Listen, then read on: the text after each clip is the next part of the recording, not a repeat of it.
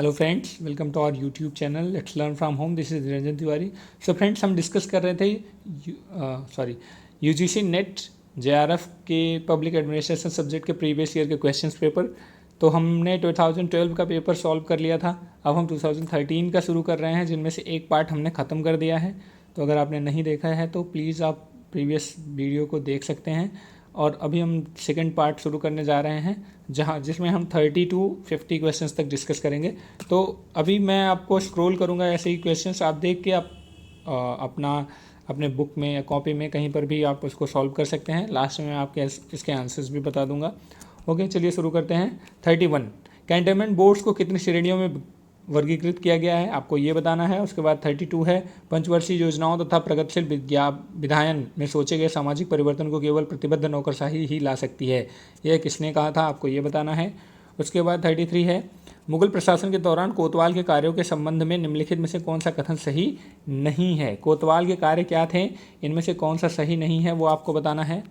Next question है friends 34, भ्रष्टाचार नए समूहों को व्यवस्था में समाहित करने में सहायता करता है और इस तरह सुधार के विकल्प के रूप में कार्य करता है, ये आपको बताना है किसने कहा था।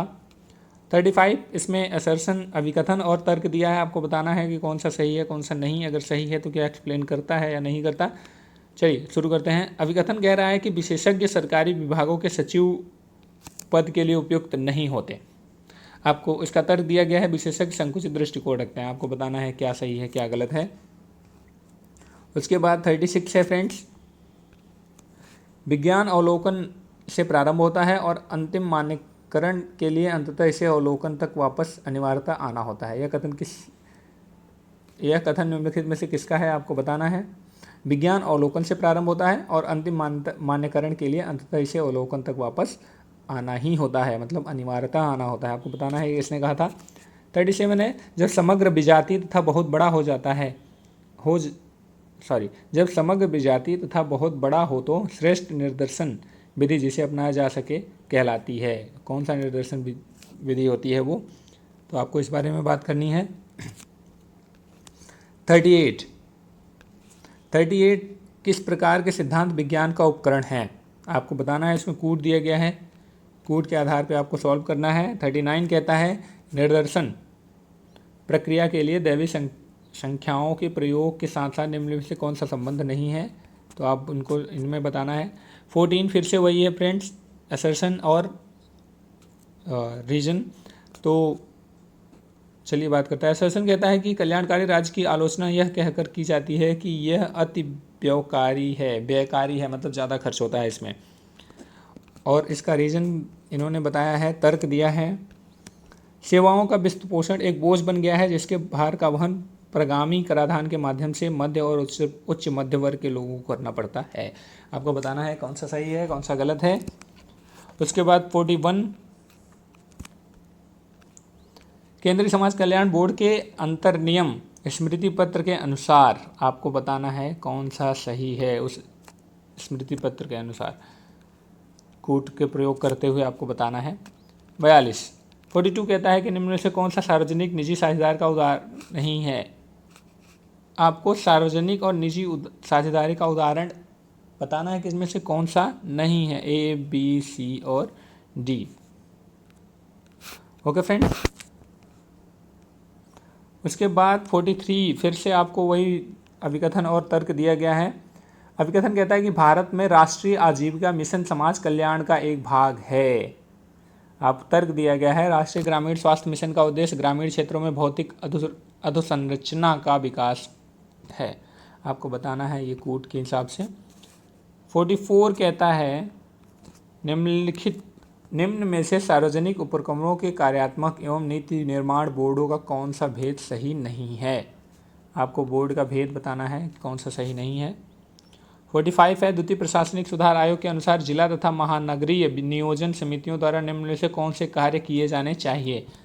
फ्रेंड्स देखिए, मैं एक बार आपसे बता दूं कि अगर नेट और जेआरएफ का पेपर आप देने जा रहे हैं तो फर्स्ट ARC मतलब प्रथम प्रशासनिक सुधार आयोग रिपोर्ट और सेकंड ARC द्वितीय प्रशासनिक सुधार आयोग, ये आपको पता होना चाहिए। इसके मुख्य पार्ट क्या हैं वो आपको पता होना चाहिए। चलिए इस पर आप देख लीजिएगा। अगर आप चाहते हैं कि मैं बता दूं या मैं आपको उसका रिपोर्ट की हेडलाइन या समरी एक्सप्लेन कर दूं यहाँ, तो आप कमेंट कीजिएगा, मैं उसको कर दूंगा। 46 कहता है महानगरीय निगम के संदर्भ में एक पृथक ऑम्बुड्समेंट की रचना की जानी चाहिए। यह संस्तुति किसके द्वारा की गई थी? उसके बाद 47 कहता है भारत सरकार को स्थायी शासन के लिए एक पद्धति परक कानून का प्रारूप बनाकर संसद में प्रस्तुत करना चाहिए। यह संस्तुति किसने की थी? आपको ये बताना है। उसके बाद 48 एक नगर पालिका क्षेत्र में वार्ड समिति के संगठन में निम्नलिखित में से कौन सा वक्तव्य सही नहीं है?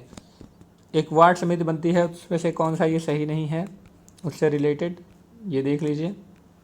49 एंड 50 लास्ट 2 है।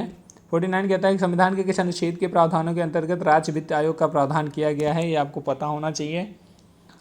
उसके बाद 50 निम्नलिखित में से किसने पंचायत को प्रशासनिक, न्यायिक एवं अन्य लोक कार्यों को करने के लिए ग्रामीणों के एक समुदाय के रूप में परिभाषित किया है? अगर आपको आर्टिकल्स में भी कोई डाउट है तो प्लीज़ आप मुझसे कमेंट सेक्शन में कमेंट कीजिएगा। मैं एक आर्टिकल में वो एक्सप्लेन करूँगा कि कौन कौन से आर्टिकल इंपॉर्टेंट हैं for UGC net public administration के लिए।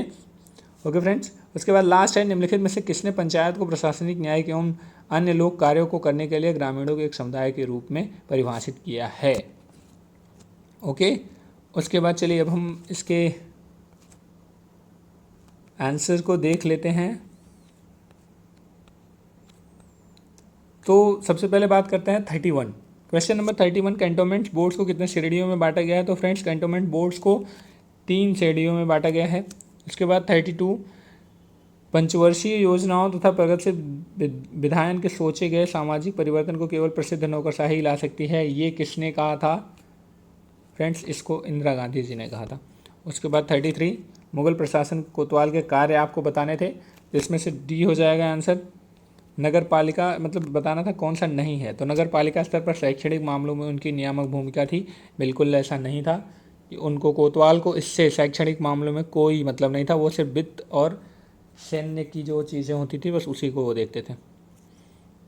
उसके बाद 34 है फ्रेंड्स, भ्रष्टाचार नए समूह को व्यवस्थित करने में आप देख लीजिए, इसमें है सैमुअल हंटिंगटन, इन्होंने कहा था ये।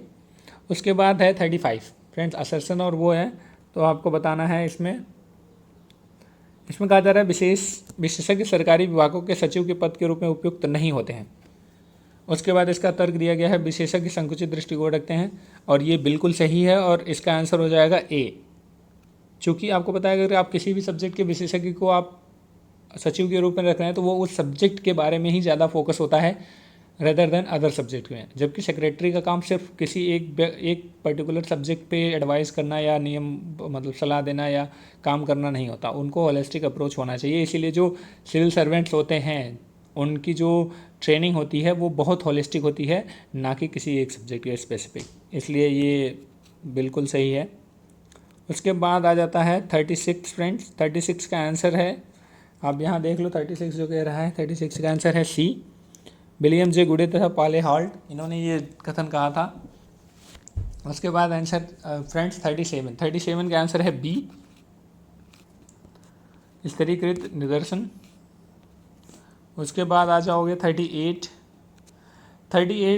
देख लेना फ्रेंड्स, 38 का जो आंसर है वो क्लियर नहीं है, अगर आपको कहीं मिल जाता है तो आप मुझे बता दीजिएगा, क्योंकि अगर मैं बता दूं हो सकता है मेरे हिसाब से कुछ गलत हो, आपके हिसाब से कुछ और अलग लग रहा हो, तो आप लोग अपना आंसर बता देना, मैं कोशिश करूंगा ढूंढ के इसको करने की।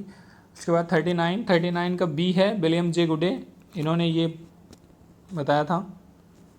उसके बाद 14 फिर से असर्शन और रीजन है, तो 14 का आंसर फ्रेंड्स देखो यहाँ पे कह रहा है कि कल्याणकारी राज्य की आलोचना यह कहकर की जाती है कि यह अति व्ययकारी है, ज़्यादा खर्च होता है। तो इसका तर्क दिया जा रहा है कि सेवाओं का वित्त पोषण एक बोझ बन गया है, जिसमें भार का वहन प्रगामी कराधान के माध्यम से तथा मध्य तक ये लोगों को करना पड़ता है। फ्रेंड्स देखिए सही तो दोनों हैं, लेकिन तर्क से रीजन से एक्सप्लेन नहीं होता कि वो व्यवकारी कैसे हो जाते हैं। यहाँ तो बस बताया जा रहा है कि बोझ किस पे पड़ता है, ज़्यादा खर्च कहाँ हो रहा है वो एक्सप्लेन करने की कोशिश नहीं की गई है, तो इसका आंसर बी हो जाएगा फ्रेंड्स। उसके बाद 41 केंद्रीय समाज कल्याण बोर्ड के अंतर्नियमित स्मृति पत्र के अनुसार क्या होना चाहिए? तो इसका आंसर हो जाता है डी, ए और 4। इसमें कहा जा रहा है कि उसके अनुसार प्रत्येक सहकारी राज्य केंद्र शासित प्रदेश में एक समाज कल्याण बोर्ड होना चाहिए। उसके बाद बोर्ड की अध्यक्षता है तो महिला सामाजिक कार्यकर्ता को प्रथम प्राथमिकता दी जानी चाहिए। और अगर आप दोनों ऑप्शन को पढ़ेंगे ना तो आप क्लियरली समझ जाएंगे कि नहीं, ये तो हो ही नहीं सकता। ओके फ्रेंड्स, उसके बाद 42 का आंसर है सी, ब्लोट, बनाओ, पट्टा रखो, संचालन करो और हस्तांतरित करो। बिल्कुल यही होता है सार्वजनिक और निजी साझेदारी में। ओके फ्रेंड्स, उसके बाद है 43, इसमें भी असर्शन और तर्क है। तो आपको बताना है, आपको इसमें क्वेश्चन दिया गया है, भारत में राष्ट्रीय आजीविका मिशन समाज कल्याण का एक भाग है। उसके बाद राष्ट्रीय ग्रामीण स्वास्थ्य मिशन का उद्देश्य ग्रामीण क्षेत्रों में भौतिक अधोसंरचना का विकास करना है। तो फ्रेंड्स, सबसे पहली चीज़ तो भारतीय राष्ट्रीय आजीविका मिशन समाज कल्याण का एक भाग नहीं है, ये गलत हो जाता है, बी सही है। तो यहीं पे ये सत्य हो, समाज कल्याण का एक भाग है, लेकिन यहाँ पे देखिए मैं थोड़ा, क्योंकि टाइम कम हो रहा है इसलिए मैं जल्दी करने की कोशिश कर रहा हूँ। देखिए, राष्ट्रीय आजीविका मिशन समाज कल्याण का एक भाग होता है क्योंकि समाज की भलाई के बारे में बात किया गया है, लेकिन राष्ट्रीय ग्रामीण स्वास्थ्य मिशन का उद्देश्य भौतिक संरचना का विकास करना नहीं है। ये आप सबको बहुत कॉमन सी चीज़ है, आपको पता होगा। तो अगर तर्क गलत है, ए सही है, तो इसका आंसर हो जाएगा सी। उसके बाद 44 आप देख लीजिए, 44 का आंसर है डी। ओके, उसके बाद 45 द्वितीय प्रशासनिक सुधार आयोग, मैंने फिर से कहा है कि आपको पता होना चाहिए। इसका आंसर हो जाएगा ए, 1, 2 और 3। उसके बाद 46 फ्रेंड्स, पंचवर्षीय महानगरीय निगम के संदर्भ में एक प्रत्येक ऑम्बुड्समैन, ये किसने कहा था या किस उसने लागू किया था? तो इसमें वीरप्पा मोइली समिति थी, उसने ये किया था। चलिए, समितियां बहुत ज़्यादा हैं, अगर आपको सबके बारे में डिटेल नहीं पता है तो कोई बात नहीं, लेकिन बहुत कुछ ऐसे इंपॉर्टेंट हैं वो हमको पता होना चाहिए। उसके बाद 47 भारत सरकार को स्थानीय निकाय के पद्धति परक कानून का प्रारूप बनाकर संसद में प्रस्तुत करना चाहिए, ये किसने कहा था?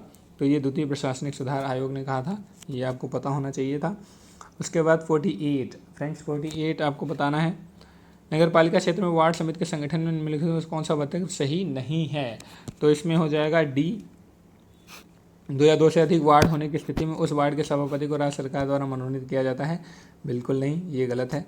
उसके बाद 49 फ्रेंड्स, आपको ये पता होना चाहिए वित्त आयोग का प्रावधान किसमें किया गया है? इसका आंसर है अनुच्छेद 243I।